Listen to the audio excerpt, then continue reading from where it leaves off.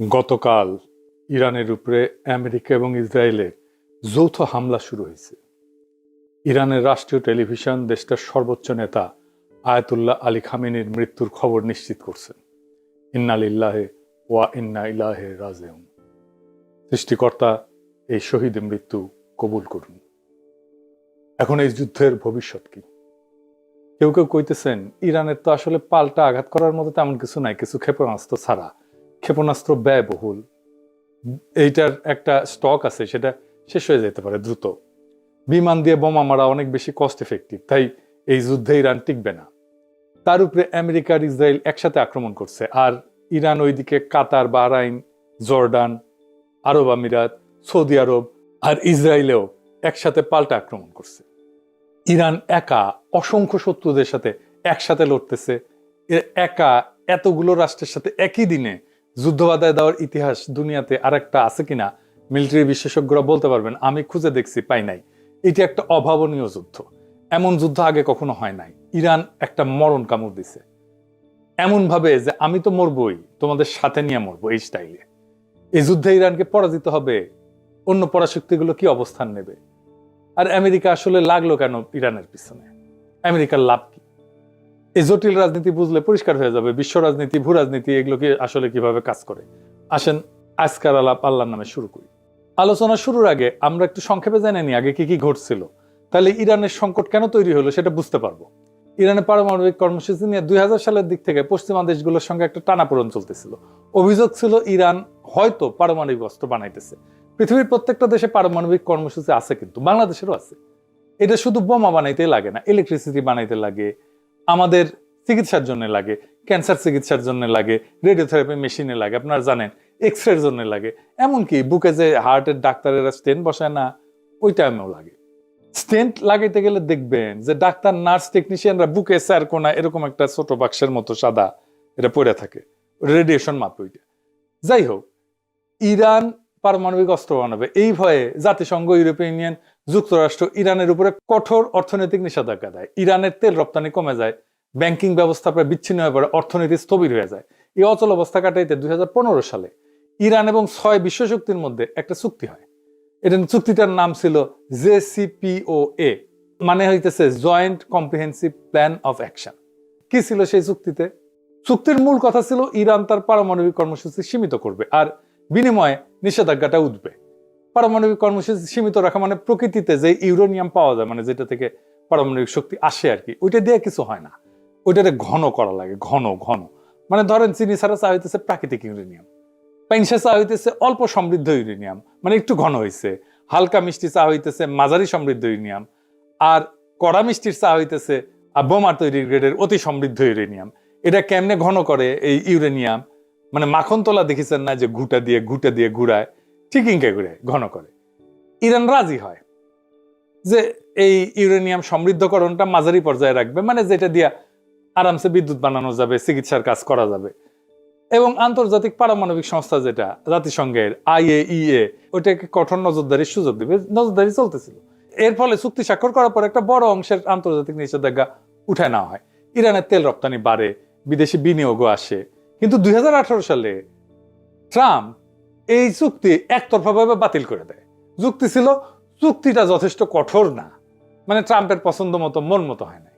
আবার নিষেধাজ্ঞা আরোপ করা হয়। ইরান দেখে, আচ্ছা আমিও তো তাইলে ইউরেনিয়াম ঘন করব, আমার তো লাভ নাই, চুক্তিতে তো আমি নাই। তারা পারমাণবিক বোমা বানানোর মতো ঘন করে ফেলে ইউরেনিয়াম। কাছাকাছি ইরানের যুক্তি, আমেরিকা আগে চুক্তি ভাঙছে, আবার নিষেধাজ্ঞা দিছে, তাই বাধ্য হয়ে প্রতিক্রিয়া দেখাইতেছি। চুক্তি ভাঙার দায় যুক্তরাষ্ট্রের। এখন যুক্তরাষ্ট্র কি চায়? 1 নাম্বার, ইরান যেন ইউরেনিয়াম আর সমৃদ্ধ নামার করে, মানে ঘন না করে। এটাই শেষ না, তার মজুদ যেটা আছে সেটা যেন কমায়। এটাই শেষ না, আবার কঠোর নজরদারিতে যেন রাজি হয়। এখানেই শেষ না, সে যেন তার ব্যালিস্টিক মিসাইলের কর্মসূচি ত্যাগ করে, এটা যেন আর না বানায়। আর কে? এটাই শেষ না, হিজবুল্লাহ আর ইয়েমেনের হুতিদের যেন সাহায্য না করে। আবার ইসরায়েল দাবি করে ইরানের পারমাণবিক অবকাঠামো পুরা চূর্ণ বিচূর্ণ করে দিতে হবে, এটা শেষ করে ফেলতে হবে, মাটির সাথে মিশাই দিতে হবে। একটা দেশে বাইরের 2টা রাষ্ট্রের ইচ্ছা মতো চলতে হবে। আমেরিকা ইসরায়েল যা চাইবে তাই চলতে হবে। এটা কোনো মর্যাদা সম্পন্ন দেশ করবে? করবে না। এবার আসেন দেখি আসল প্রশ্ন, আমেরিকা ইসরায়েল কি ইরানকে হারাইতে পারবে? প্রথমে বলে নি, আমেরিকার ইসরায়েলের সম্মিলিত সামরিক ক্ষমতার ধারে কাছেও ইরান নাই। তাইলে কি ইরান হাইরা যাবে? না, এই প্রশ্নের উত্তর অত সহজে দেওয়া যাবে না। আসেন আমরা আলাপটা শেষ করলে বুঝবেন আসলে ইরান হাইরা যাবে কিনা। যুদ্ধ তো শুধু অস্ত্রের কস্ট বেনিফিট অ্যানালাইসিস না, যুদ্ধ রাষ্ট্রের কাঠামো, ইতিহাস, ভূগোল, মনস্তত্ত্ব সব মিলে একটা পূর্ণাঙ্গ সমীকরণ। আর সেই সমীকরণে ইরানকে সহজে হারানো খুবই কঠিন, প্রায় অসম্ভব। কেন?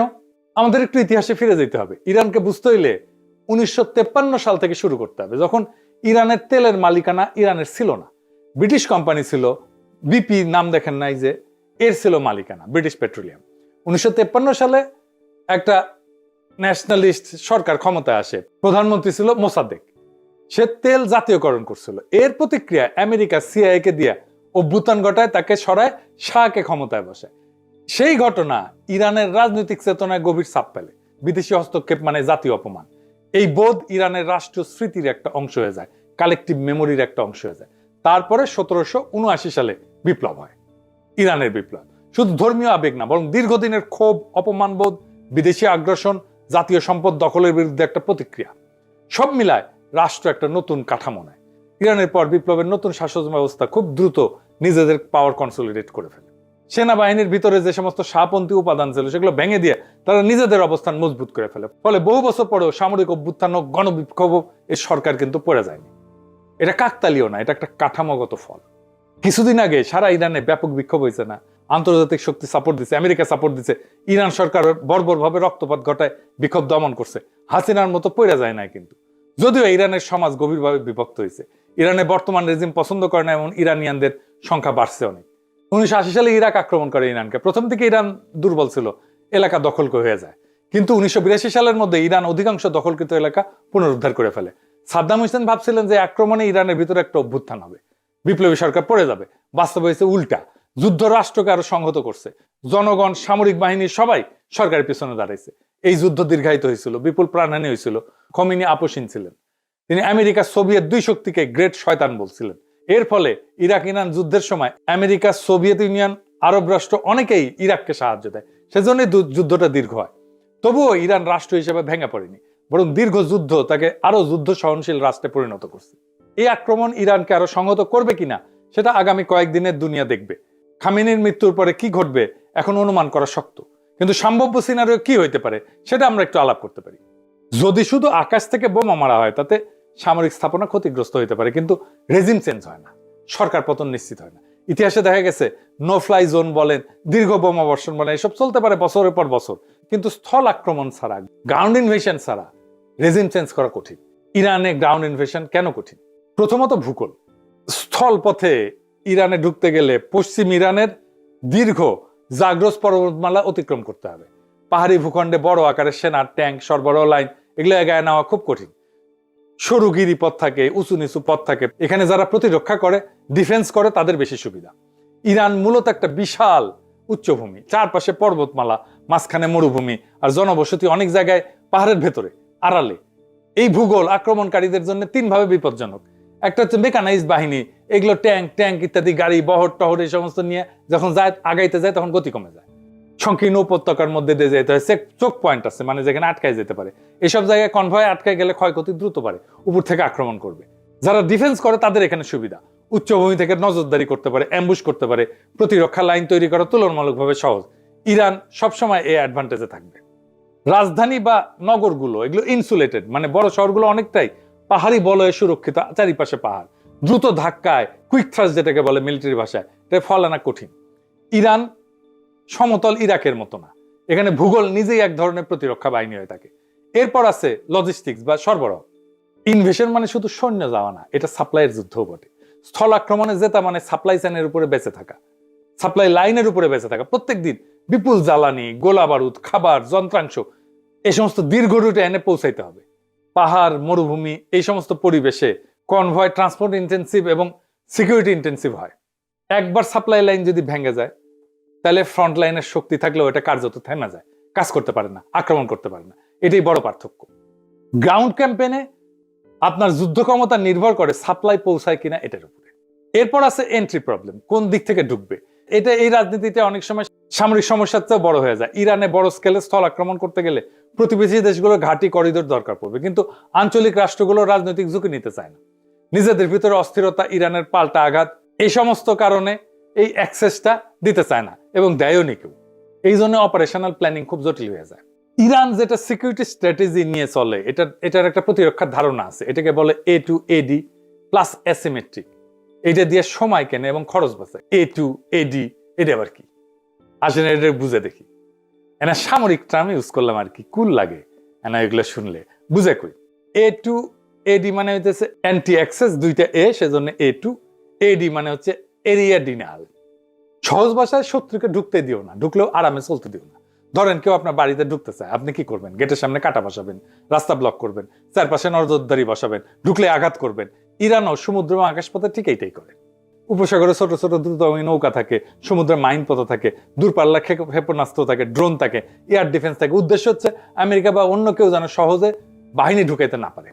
আর অ্যাসিমেট্রিক, এটার মানে কি? অ্যাসিমেট্রিক মানে হচ্ছে শত্রু বড় এবং শক্তিশালী হইলে সরাসরি তার মতো লড়বে না, অন্যভাবে লড়বে। ইরান জানে যুক্তরাষ্ট্র প্রযুক্তি, বিমান, জাহাজে অনেক আগায়, তাই ইরান সরাসরি ট্যাঙ্ক বনাম ট্যাঙ্ক যুদ্ধ করতে যাবে না, বরং ছোট ছোট ছোট ছোট আঘাত, ড্রোন হামলা, প্রক্সি বাহিনী ব্যবহার করে মিসাইল ছড়ে দূর থেকে চাপ সৃষ্টি করবে, সাইবার হামলা করবে। এইভাবে বড় শক্তিকে ধীরে ধীরে ক্লান্ত করে ফেলবে। আর সময় কেনা মানে কি? ইরান জানে যে সে হয়তো দ্রুত যুদ্ধে জিতবে না, কিন্তু সে যুদ্ধ লম্বা করতে পারে। যুদ্ধ যত লম্বা হবে আমেরিকার খরচ বাড়বে, রাজনৈতিক চাপ বাড়বে, আন্তর্জাতিক সমর্থন কমতে পারে, জ্বালানির বাজার অস্থির হয়ে যাবে। অর্থাৎ ইরানের কৌশল হইতেছে দ্রুত হারবো না, যুদ্ধকে এমন ব্যয়বহুল বানাবো যাতে শত্রুই ক্লান্ত হইয়া যায়। আর খরচ বাড়ানো মানে শুধু টাকা পয়সা খরচ না, খরচ বলতে অর্থনৈতিক খরচ তো আছেই, তার সাথে সামরিক ক্ষয়ক্ষতি, রাজনৈতিক ক্ষতি, আন্তর্জাতিক চাপ। ইরান চেষ্টা করে যেন প্রতিপক্ষ ভাবে এই যুদ্ধে ঢুকলে লাভের চেয়ে ক্ষতি বেশি। এটাকে বলা হয় ডিটারেন্স। মানে এর জন্য শত্রুপক্ষ দূরে থাকবে, আক্রমণ করার আগে 10 বার ভাববে। এরপর হচ্ছে টেক দ্য সিটি সমস্যা, মানে শহর দখল করে ফেলে হারায় দেওয়া। এটা কিরকম এটা একটু বুঝে দেখে, এটা মজার বিষয় আছে। ইরানের জনসংখ্যা বড় এবং অনেক, 31টা প্রদেশ আর 1,500 শহর। বড় শহরে 30টা, তারও বেশি। বড় শহরে ঢুকলে যুদ্ধ বদলায় যায়, কিন্তু ট্যাঙ্ক, আর্টিলারি অ্যাডভান্টেজ কমে যায়, স্নাইপার গুরুত্বপূর্ণ হয়ে যায়, তারপরে মাইন টাইন, ছোট ইউনিটের প্রতিরোধ, এই সমস্ত বাড়ে। বেসামরিক ক্ষয়ক্ষতি, দ্রুত রাজনৈতিক সংকট তৈরি করে ফেলে। এরকম শহর দখলের পর্যায়ে গেলে এটা রাজনৈতিক সমস্যা শুরু হয়ে যায়। রাশিয়ায় এক স্ট্যালিনগ্রাদ শহরকে কবজা করতে পারে না হিটলার, লেজ গুটায় পালাইতে হয়েছিল। ইউক্রেনের শহর হইতেছে 450 মতো, রাশিয়া মাত্র 6-7টা দখল করতে পারছে এই 4 বছরে যুদ্ধে। এই জন্য আমেরিকা বড় আকারের যুদ্ধ দীর্ঘদিন চালাতে পারবে না। কেন? এটা আমার কথা না, ওয়াশিংটন পোস্টে আমেরিকান জেনারেলরা বলছে যুক্তরাষ্ট্রের কাছে এখন পর্যাপ্ত গোলা বারুদ, রকেট, ইন্টারসেপ্টার এগুলো নাই, যা বড় আকারে দীর্ঘ সময় যুদ্ধ চালাইতে পারে। এবং অনেক মধ্যপ্রাচ্যের দেশও তাদের ঘাঁটিগুলো যুদ্ধের কাজে দিতে রাজি না। এটা বড় ধরনের সামরিক অভিযানের জন্য একটা বড় বাধা, ওয়াশিংটন পোস্টের জেনারেলরা বলছে, আমেরিকান জেনারেলরা।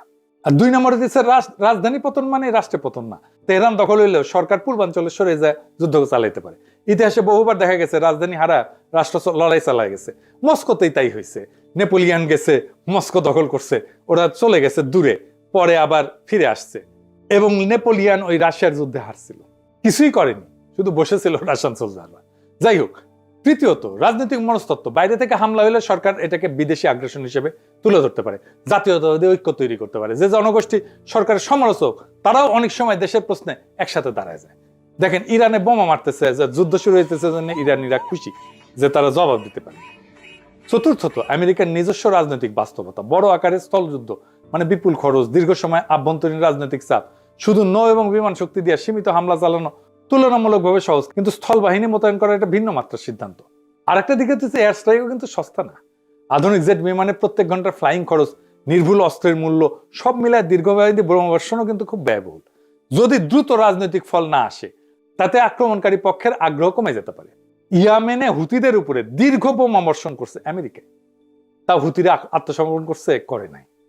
সব মিলায় সমীকরণটা এরকম যে ইরানের সামরিক সক্ষমতা হয়তো সীমাহীন না, ক্ষেপণাস্ত্রের মজুদ সীমিত, কিন্তু যুদ্ধে জেতা মানে শুধু প্রতিপক্ষের অস্ত্র শেষ হওয়া না, রাষ্ট্র ভাঙতে হইলে ভেতরের কাঠামো ভাঙতে হয়। আর ইরান বিপ্লব পরবর্তী 4 দশকে নিজেদের এমন ভাবে গড়ে তুলছে যে বাইরের আঘাত তাকে দুর্বল না করে এরকম সময় তাকে আরো সংহত করতে পারে। সুতরাং বর্তমান যৌথ হামলা ইরানকে ক্ষতিগ্রস্ত করতে পারে, কিন্তু শুধু আকাশ যুদ্ধ দিয়ে ইরানের সরকারকে সরানো, রাষ্ট্র কাঠামো ভেঙে ফেলা তা সহজ বা নিশ্চিত না। এরপরে ইরানের হাতে আছে 2টা স্ট্র্যাটেজিক অ্যাসেট। কি সেটা? এইটা পারমাণবিক বোমার চাইতে শক্তিশালী। একটা হইতেছে হরমুজ প্রণালী, 20 মিলিয়ন ব্যারেল তেল যায় প্রত্যেক দিন এটা দিয়া। 8টা দেশের তেল যায় সারা দুনিয়ায়, ইরান, ইরাক, ওমান, আমিরাত, সৌদি আরব, বাহরাইন, কাতার, সারা দুনিয়ার 20-25% তেল এই ছোট্ট সাগর পথ দিয়ে যায়। এইটা ইরানের নিয়ন্ত্রণে। সৌদি, কুয়েত আর কাতারের 90% তেল এই রাস্তায় যায়। আর একটা হইতেছে ইয়ামেনের পাশে আর একটা গুরুত্বপূর্ণ প্রণয় আছে, তার নাম হয়েছে বাব এল মানদেব। এইটা লোহিত সাগর আর গালফ অফ এডেন এই দুইটাকে যুক্ত করে। এর মাধ্যমে জাহাজগুলো সুয়েজ খাল হয়ে ইউরোপ, এশিয়া এই রুটে চলাচল করে। এদিক দিয়ে তেল যায়। এখান দিয়েও প্রত্যেক দিন ধরেন 7 থেকে 10 মিলিয়ন ব্যারেল তেল, পেট্রোলিয়াম পণ্য এইদিকে যায়। এইটা প্রায় 10%-এর মতো তেল পরিবহন করে বৈশ্বিক তেলের। এটাও ইরান হুথিদের দিয়ে আংশিক বা পুরোপুরি বন্ধ করে দিতে পারে। এতে কোন কোন দেশ ক্ষতিগ্রস্ত হবে? আমরা তো হবই। আমরা দুধবাদ, ইন্ডিয়া হবে, ইউরোপ হবে, চায়না হবে, ব্যাপকভাবে ক্ষতিগ্রস্ত হবে। সেটা বড় ব্যাপার না, কিন্তু এই কারণেই বলা যায় ইরানকে আঘাত করা সম্ভব, কিন্তু সেটা ইতিহাস, ভূগোল এবং রাষ্ট্র কাঠামো বিচারে তাই অসম্ভব। এখন প্রশ্ন হইতেছে, ট্রাম্পের কি লাভ ইরানকে আক্রমণ করিয়া? অন্য লাভের মধ্যে আছে, এই আমেরিকাকে ট্রাম্প তো গ্রেট বানাবে, মেক আমেরিকা গ্রেট এগেন। ও গুয়াত নাই সাম রাধাকৃষ্ণের নাম। তো এখন যারা ওর কম্পিটিটর, মানে ধরেন ইউরোপ, তারপরে চায়না, তাদের চাপে ফেলতে পারে। ইউরোপ আর চায়নাকে সে যুদ্ধ বাধা এই দুই শক্তিকে চাপে ফেললো, তেল পাইল না, এক্সট্রা লাভ। তাদের ইকোনমি চাপে পড়বে, ইউরোপ এবং চায়নার ইকোনমি চাপে পড়বে এই যুদ্ধের কারণে, কারণ তাদের জ্বালানি আসবে না। ইউরোপ আর চায়নার ইকোনমি দারুণভাবে ক্ষতিগ্রস্ত হবে। আর ইন্ডিয়া আমার অনুমান সিস্টেম করে আসছে ও মোদির সফরে, আবার হয়তো রাশিয়ান তেল নিবে, এই কনসেশন দিয়ে আসছে। ট্রাম্প তো কিছু না পাইলে কিছু দেয় না। একবার তো নেতা নেওয়ার মনোরঞ্জনের জন্য নাচছিল মোদি, এপস্টেইন ফাইলে আসিছে।